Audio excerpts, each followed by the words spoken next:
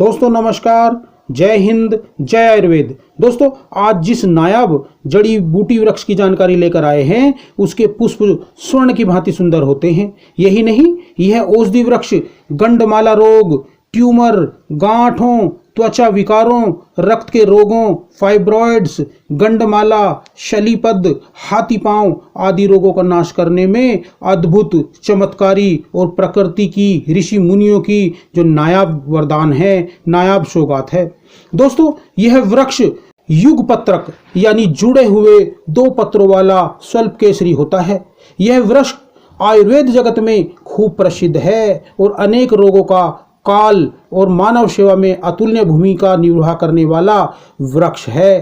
दोस्तों YouTube के जड़ी बूटी ज्ञान चैनल में आप सभी का एक बार फिर तहे दिल से स्वागत है। दोस्तों वीडियो को लाइक करें, शेयर, सब्सक्राइब करें और आपके यहाँ इस वृक्ष को क्या कहते हैं कमेंट बॉक्स में अवश्य बताइएगा। दोस्तों इस नायाब वृक्ष के गुणों, पुष्प सौंदर्य आदि का जो वर्णन है किस्से, कहानियों, गीतों, साहित्यों में भी किया गया है। इसे संस्कृत में कांचनार यानी कि स्वर्ण के समान सुंदर पुष्पों वाला, गंडारी यानी गंडमाला रोग का नाश करने वाला, युग पत्रक यानी जुड़े हुए पत्रों वाला कहकर पुकारा गया है। इसे कांचनार, कांचन, कोरल, चंपा काटी, मंदारे तथा सुपन्न मंदारम, यही नहीं इस वृक्ष को बाहिनिया, वेरीगेट आदि भी कहकर पुकारा जाता है। इसकी उत्पत्ति स्थान की बात करें तो दोस्तों संपूर्ण भारत में 4000 फुट की ऊंचाई तक भी यह वृक्ष पाया जाता है। इस वृक्ष के जो सड़कों के किनारे, बाग बगीचों में, चौपालों पर वृक्ष लगे होते हैं। यही नहीं, खाली पड़ी भूमि में, नदियों, नालों के किनारे स्वयं जात भी इसके पौधे पाए जाते हैं, वृक्ष पाए जाते हैं। दोस्तों वनस्पतिक परिचय की बात करें तो यह वृक्ष श्वेत पुष्प वाले काचनार का जो वृक्ष होता है वो मध्यम ऊंचाई वाला होता है, जो खूब घना फैलावदार होता है। इसकी छाल नलिका के आकार वाली, अर्धगोल व लंबी होती है, जिसका रंग लाल, बाहर से खुरदरी, दानेदार उभारों वाली होती है। दोस्तों इसके जो छाल है वो बहुत ही गुणकारी है।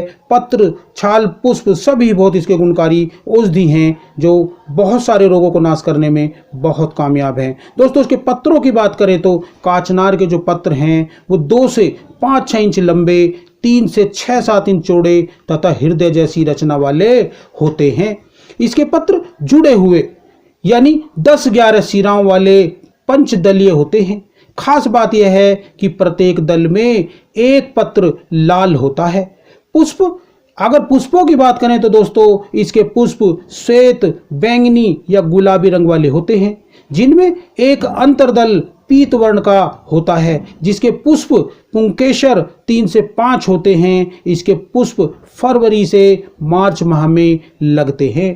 दोस्तों इसकी फलियां, कांचनार की फलियों की बात करें तो आधा से 1 फुट तक लंबी तथा 1 से 1.5 इंच तक चौड़ी, चपटी, चिकनी, कठोर व कुछ मुड़ी हुई होती हैं। फलियों में 10 से लेकर 15-16 तक बीज निकलते हैं। इसकी जो फलियां हैं वो अप्रैल मई के महीने में लगनी शुरू होती हैं। काचनार के भेदों की बात करें तो दोस्तों विद्वानों ने काचनार के 13 भेद बताए हैं, लेकिन पुष्पों के रंग भेद के अनुरूप काचनार के वृक्ष 3 प्रकार के होते हैं, जिनमें श्वेत पुष्प वाले काचनार वृक्ष, लाल फूल के काचनार वृक्ष तथा पीले फूल वाले काचनार के पेड़ होते हैं। विद्वानों का मत है कि सफेद पुष्प वाला जो काचनार है वह श्रेष्ठ तथा लाल फूल वाला काचनार कुछ कम गुणों वाला होता है। इसे ही कोविदार काचनार, कोयलार काचनार कहते हैं। रक्त फूल वाले काचनार के पत्र अधिक बड़े, तीक्ष्णाग्र होते हैं। इसकी पुष्प जो कलिकाएं हैं वो 5 कोण वाली तथा फलियां ऊपर की ओर कुछ चौड़ी होती हैं। वैसे रक्त पुष्पी यानी कोविदार काचनार के गुण श्वेत पुष्पी काचनार के जैसे ही होते हैं, पर उनसे कुछ कम होते हैं। दोस्तों पीत काचनार की बात करें तो इसके जो पुष्प होते हैं वो पीले रंग के होते हैं। तो दोस्तों यह वृक्ष श्रीलंका में खूब पाया जाता है। यह पहाड़ी क्षेत्रों में उगने के कारण गिरिज कहकर भी पुकारा जाता है।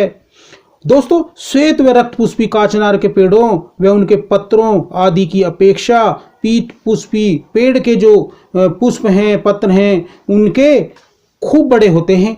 इसके पुष्प गुलाबी आकार युक्त बड़े पीले होते हैं। लेकिन यह भी सत्य है कि श्वेत काचनार ही गुणों में अधिक गुणयुक्त व औषधि के लिए अधिक उपयुक्त है। काचनार के गुण धर्मों की बात करें तो दोस्तों श्वेत पुष्पी काचनार का रस कषाय गुणों में लघु रुक्ष गुण वाला होता है, वहीं विपाक में कटु होता है। यह शीत प्रकृति वाला यानी ठंडी तासीर का होता है। पित्त का शमन करता है। इसका प्रभाव गलगंड यानी गले में जो गांठें हो जाती हैं उसका नाश करने में बहुत प्रभाव होता है। अब बात करते हैं दोस्तों श्वेत पुष्पी काचनार के वृक्ष के प्रयोज्य अंगों, मात्रा, अनुपान आदि के बारे में। इसकी छाल का ही औषधि के रूप में प्रयोग किया जाता है।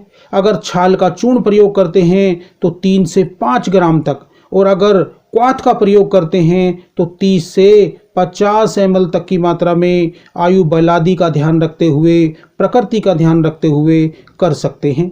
दोस्तों अब बात करते हैं काचनार वृक्ष के कुछ स्वास्थ्य लाभों के बारे में।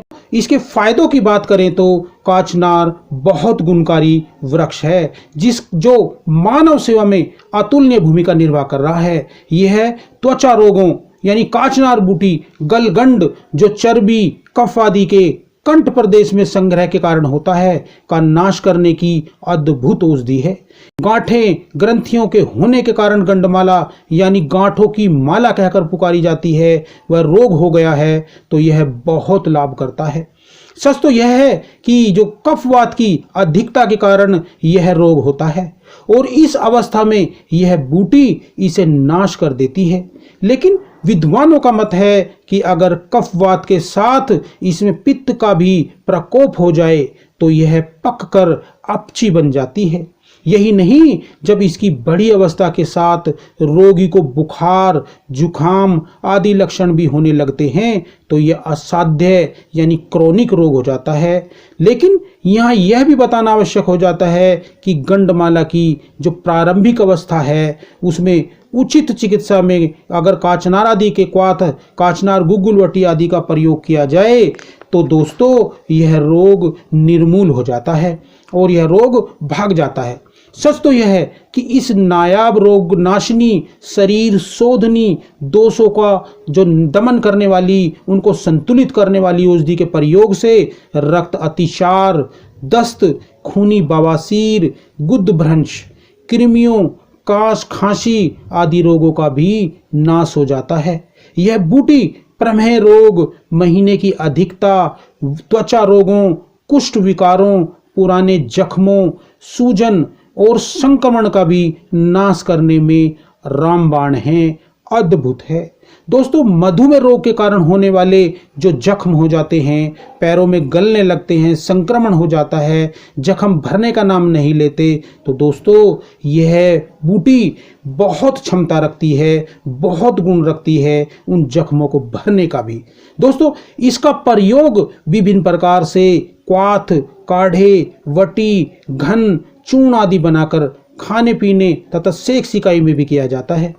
शोधों में भी विद्वानों ने इस बूटी को साध्य, असाध्य यानी कि साधारण और क्रोनिक दोनों प्रकार के रोगों को नाश करने में खूब उपयोगी पाया है। दोस्तों अगर जख्म हैं, पुराने हो गए हैं, ठीक नहीं हो रहे हैं, शोथ, सूजन व संक्रमण हैं तो काचनार की छाल के काढ़े से जख्मों को धोने से, घावों को धोने से वे शीघ्र भरने लगते हैं, उनके संक्रमण का नाश हो जाता है। दोस्तों अगर बाहरी प्रयोग में प्रमेह पिंडी का गुदभ्रंश है, काचनार के काढ़े से धोने से मुखपाक रोग, मुख का आना, मुंह में छाले होने पर क्वाथ से कुल्ला करने से, गांठों, फोड़ों, त्वचा रोगों पर लेप लगाने से तथा शोथ, पीड़ा, सूजन, संक्रमण आदि जो अंग है उसको पीड़ित अंग पर भाप देने से बहुत लाभ होता है। इस प्रकार दोस्तों इसका प्रयोग कई प्रकार से किया जाता है। दोस्तों, अगर आम युक्त दस्त आ रहे हैं, जिसे आमातिसार कहते हैं, की समस्या है, तो काचनार के जो पत्र हैं का चूर्ण सौंफ के अर्क के साथ सेवन करने से लाभ हो जाता है। अगर खूनी बवासीर है, महीना अधिक आता है, रक्त खूब गिरता है, तो काचनार पुष्पों के जो चूर्ण के बराबर मिश्री चूर्ण मिलाकर मक्खन के साथ चाटने से बहुत लाभ होता है। दोस्तों, अगर मोटापा रोग है, मेद बढ़ती जा रही है, तो काचनार की जड़ का क्वाथ उसमें शुद्ध गुगल मिलाकर पीने से बहुत लाभ होता है और मोटापा रोग कुछ ही दिनों में भागने लगता है।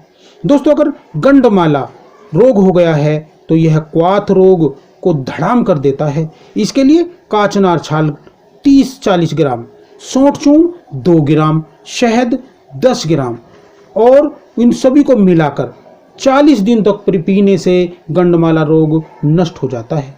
दोस्तों, अगर कुष्ठ रोग हो गया है, काचनार छाल क्वाथ 20 से 30 ग्राम, सौंठ चूर्ण 2 से 4 रत्ती मिलाकर उसमें 6 से 10 बूंद बाकुची तेल मिलाकर सेवन करने से कुष्ठ रोग में खूब आराम आता है। इस प्रकार यह नायाब औषधि बूटी खूब लाभकारी है, जिसके संयोग से भस्में, गोलियां, कैप्सूल, क्वाथ काढ़े, गुलकंद, रस रसायन, घनसत्व, चूर्ण आदि बनाए जाते हैं। काचनार, गुगलवटी आदि कितने ही शास्त्रीय प्रयोग खूब विख्यात हैं, जो रोगों को टिकने नहीं देते। यह जड़ी बूटी काश्वास, कृमि रोग, उपदंश, पश्मावाद होना, संक्रमण, मसूरी का रोग आदि अनेक रोगों में खूब हितकारी है। दोस्तों, इस जड़ी बूटी की पहचान करें और जड़ी बूटियों का प्रयोग करें और अपने में अपने परिवार के स्वास्थ्य की रक्षा करें। आप इसे बाजार से भी खरीद कर प्रयोग कर सकते हैं। तो दोस्तों, जड़ी बूटियों का प्रयोग करें और स्वस्थ रहें। अगली वीडियो में फिर मिलते हैं, तब तक के लिए नमस्कार। जय हिंद, जय आयुर्वेद।